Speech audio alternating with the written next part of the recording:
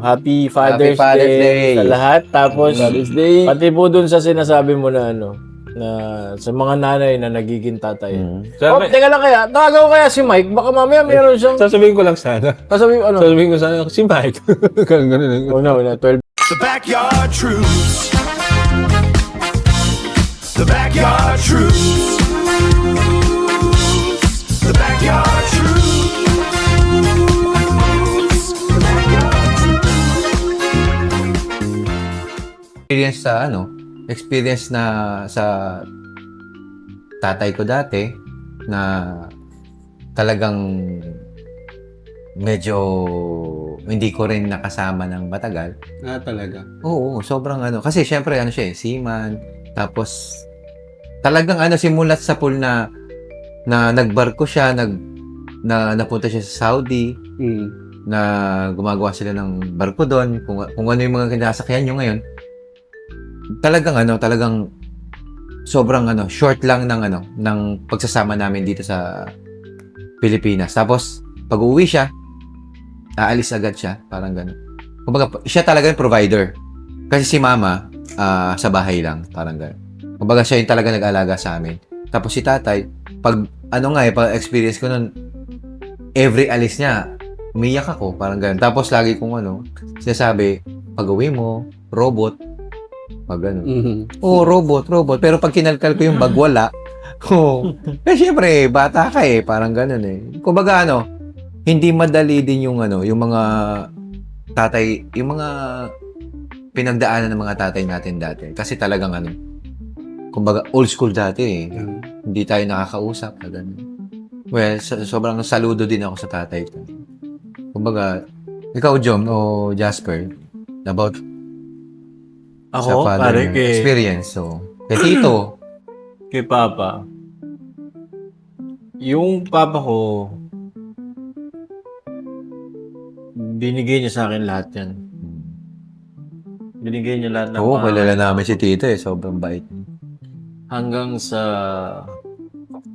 Well, medyo okay naman, kasi dati, well off naman, maganda yung trabaho ng tatay ko. Hanggang sa nawala ng trabaho yung tatay ko. So, tapos nagtrabaho sa Japan. Tapos bumalik dito sa Pilipinas yung father ko ng hindi ganong kalaking pera yung dala. Uwi, hindi ganong kalaking ipon yung nauwi. Kasi hindi naman lahat ng nagtatrabaho sa ibang bansa siniswerte. Sumusugal din Sumugal, Oo, sumusugal din. hanggang sa... Well, kami, broken family kami, una. So, nagkaroon na rin ng pamilya yung father kong iba. Nagkaroon na ng ibang pamilya. Actually, hindi naman pamilya. Nagkaroon siya ng isa pang asawa. So, nagkaroon ako ng stepmom. So, hanggang sa... Siyempre, tumatanda yung papa ko nun. Medyo... hindi na naging maayos yung pagsasama namin. Kumbaga, nagkaroon kami ng hindi pagkakaunawaan. Nagkaroon kami ng samaan ng loob. Nagkaroon kami ng... may mga salita kami na bitawan na masasakit. Na alam namin na tumatago sa puso namin. Na panghabang buhay ding maaalala. Oo.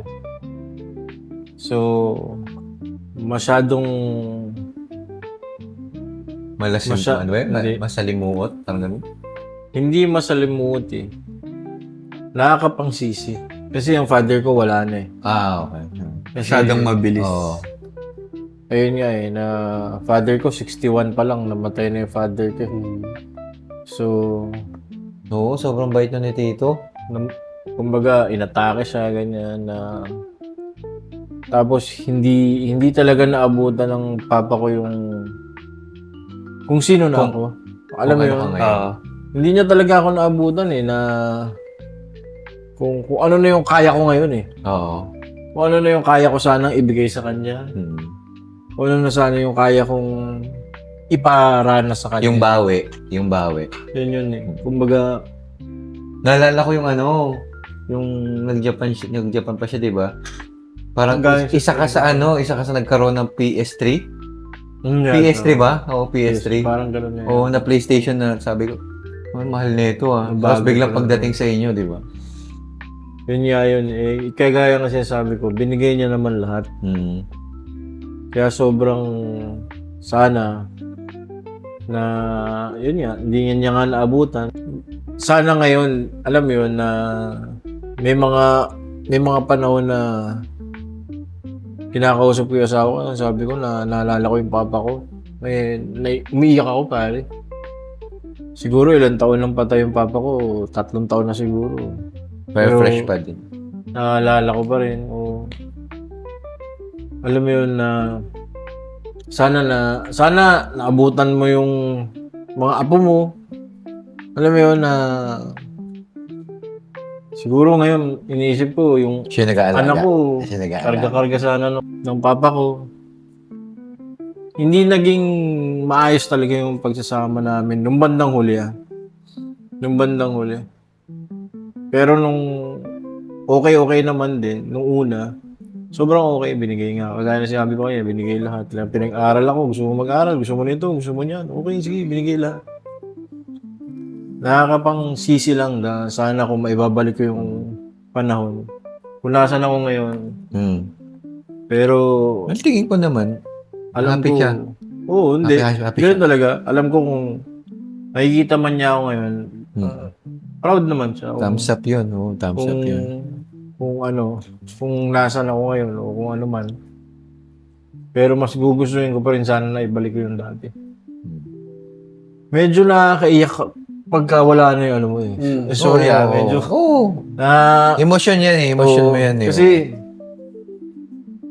nung nawala ng, di ba, nag-iwalay sila ng mama at papa ko. 7 years old pa lang ako noon. Tapos nagkaroon siya ng, yun nga, nagkaroon ako ng stepmom, tapos nag-iwalay sila. Tapos 2 kami sa bahay noon. Tumayo din naman siya as a nanay eh. Kasi hindi lang sa tatay. Kasi naalala ko, siya nagluluto, siya Hanggang naglilinis, sa kaya mag-provide. siya naglalaba, na gigising ka, may almusal ka, kakain ka, may tanghalian ka. Tatanungin ka sa gabi, sa hapon, dito ka ba kakain? Kung hindi ako magluluto. Kasi hindi naman siya ganun na kumakain sa gabi dahil syempre may edad na nga siya, di ba? Kumbaga hindi naman siya may edad. Kumbaga, asikaso din. Asikaso. Oo. Kumbaga, naging nanay na rin siya sa akin nun. Kasi 2 lang naman kaming magkasama nun sa bahay nga nun eh. Nangihinayin lang talaga ako na sana kung Na nakita niya. na sana kahit papaano nakita niya kung nasan ako ngayon kahit papaano na meron naman ako onting napundar na kasama ko sana siya sa tagumpay ng buhay ko ngayon. Yeah. Okay na yan, sa inyo. Hindi, yun. Ano yun? Oo, Happy yan medyo- si Tito. Happy. Medyo mabigat talaga kasi pag wala na yung lalo na wala na yung tatay mo, lahat talaga ng pagsisisi. Oo. Lahat ng pagsisisi talaga na maano mo na wala na eh. Sayang eh, bakit hindi mo maano eh. Yun yung medyo mabigat talaga ron na Diba nga? ka, Hindi ba nga? Yung Pero ang okay kay Tito, present siya. Di man kayo magkasundo, pero alam mo, nandun siya. Oo. Sa buhay mo, kasama mo siya sa bahay. yun. Di ba? Nangyari yun. Alam mo sa buhay mo, sa parte ng buhay mo, may tatay ka. Oh, kasi may mga ano eh. May mga tatay na parang sobrang well yung yung buhay nila, mayaman, mapera, maganda bahay, maganda may yaya, may kasyo ganyan. Kayang-kayang ibigay lahat eh. Pero Ako, wala yung akong time, experience ng may tatay sa bahay. Kasi yung tatay ko, nanay ko din eh. So, di ba, hiwalay sila. Yun yung sa'yo. Yun yung Happy Father's Day sa nanay ko. Oo, ganun. Paano yun, Ras, sa inyo? Siyempre, bata ka, pare. Kumbaga, nagtanong ka naghanap ka, imposibleng hindi. O, nagsama ba Hindi, kayo? Ako alam ko naman kung paano naghiwalay. Alam ko na. Nandun ka, nakita mo. alam ko lahat. Kasi May ano nakilala ako kita, nun. na ano ko, wala na siya eh. May May muwang ka na. ako nun. Oo. So as much as possible, ayoko matulad sa Oo tatay. naman. Oo naman. Oo. Alam mo yun, madali nga daw sabi nila, madali daw maging tatay ba? Tapos mahirap magpakatatay, parang gano'n. Totoo yan. Totoo. Naniniwala ako yan. Madali So talaga sa buhay namin magkakapatid, ang tatay namin, yung nanay namin, siya yung nagdidisiplina sa amin. Siya yung nagsasabi na, huwag mo gawin yan. Kaya yung nanay ko, medyo rin siya eh. Tough din yung niya eh. Tough love Oo, din. hindi kami super sweet na kasi yung buhay namin hindi naman naging madali. Oo. Wala Kung rin hindi spoiled siya, sa kung inyo, hindi no? siya kung hindi siya tough sa amin, hindi siya hindi kami magsusurvive. Tsaka wala kayo ngayon. Wala. Oo. Iba. Hindi, tsaka maganda lang din kayo sa inyo. Sobrang nakinig din kayo kay tita. Kumbaga talagang kung ano yung aruga niya sa inyo as a nanay at tatay, pagiging Yun ang tatay, yun talagang lahat. may takot din Provider. kayo. Oo. Oo. Siya rin yun. Diba? Kailangan niya rin balansehin kasi nga, yun siya lang tumatayong magulang mo. Oo. So, kailangan niya ipagbalansehin yung soft side ng pagiging nanay. Kaya And then sa yung mga single na nanay na tatay na rin sila nagpakatatay, ng mga oo. anak. Happy Father's Day sa Oo. Happy Father's Day na din. Happy Father's Day talaga din. Oo. Ako yung sa akin medyo similar sa inyong dalawa kasi lumaki ako may tatay ako pero hindi siya Hindi nag-exist. parang ganun in the kasi yung diba sa panahon natin mga bata tayo, mga tatay natin nasa ibang bansa. Oo, yung kay Jasper kasi nga pala. Ganun din eh. So siguro ang pinaka-vivid memory ko lang sa tatay ko, siguro matatandaan ko lang mga bandang 12, mga 10 years old na lang ako. Pero before that, wala talaga akong maalala. Kasi yung tatay ko, talagang umano siya. At a very young age. Kasi bunso ako eh. So, talagang pumunta na ng ibang bansa para Amerika. doon magtrabaho, doon makapag-provide. So, at a very young age, ang tumayo ding tatay ko is yung nanay ko. So, yung mama ko rin, ang tough love, pero at the same time, siya din yung tatay yung motherly soft side. Pero, ang pinaka, medyo later on, nung nag-migrate na kami sa States, doon ko na nakasama yung airpod ko. Ang airpod ko kasi dating pare yan. Talaga. Oo. Teacher pare. Kapag nakita mo nga, sobrang laging nakangiti. Oo. Sobrang parang ang gaan. Wala kang makikita sa kanya na parang Problema. parang santo na nga yun sa totoo lang. Kasi kahit mag-away sila ng mama ko, very calm. Hindi ka makikita nagagalit talaga siya. Wala akong time sa buong buhay ko na nakita kong nagalit yun. And I think that's the most admirable thing na gusto kong kahit pa paano mamimik kahit 10% lang.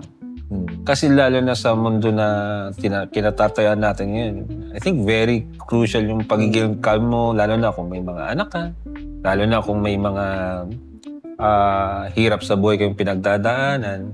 Yung quality na yun ng airpot ko, yung gusto kong kahit pa paano is makakuha ko ng kahit 10% lang. Kasi yung sa pagiging calm niya, magna-90 na yung tatay ko ngayon.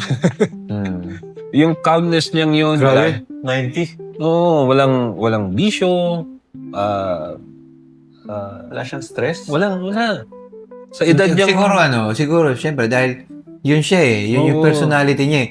Dahil siguro, pag mag-isa na lang din siya, parang doon niya rin naiisip. Kaya nga, at this point. Ayaw niya parang- na ipakita sa Oo, talagang ang tatay ko, kung ano yung pinoproblema niya sa sarili niya in terms of more like health niya, ano yun, talagang kinikimkim lang niya. Parang ayaw pa niya na maging burden sa amin. Kaya, pero itong mga nakarang couple of years, umuwi-uwi na siya, pinapauwi na namin dito sa Philippines. Kasi pag taglamig sa Chicago, nahihirapan na Sobrang siya. lamig. So, I think by ngayong November, uwi siya ulit. So, dyan sa bahay, naalagaan namin siya ni Mrs. Tuwan-tuwa yan kasi ang gusto niyang... Probinsyano kasi tatay ko eh. So gusto niya yung mga lutong pang-probinsya. Sakto si Mrs. taga Mindanao. Pareho sila ng Gulay. parts ko. Gulay, mga isda. Maglalakad yan, gusto niya mga buko. Mga ganyan. Very simple. So yun yung na-admire ko sa kanya is even though in a very complicated world, nakukuha niya sa sarili niyang to be happy on the practical and simple side. And sana mamimik ko yun kahit papano, as we grow older, na yung Baka wisdom banding na mo yun. talaga ng Ano yung wisdom niya makuha ko kahit papano, matutunan ko. Oo. Wisdom to. Matutunan ko yun. So, I mean, yun lang naman, yun yung sa akin. So, siguro Cheers. Kasing para sa akin, Happy Father's, Father's Day sa lahat. Tapos, Day. pati po dun sa sinasabi mo na na sa mga nanay na nagiging tatay. Teka lang kaya, tawagaw kaya si Mike, baka mamaya meron siyang... Sasabihin ko lang sana. Sasabihin ko sana, si Mike. Ganun. Wala, 12 na eh. Wala na eh. Baka nag-ano yun. Happy Father's Day, Mike.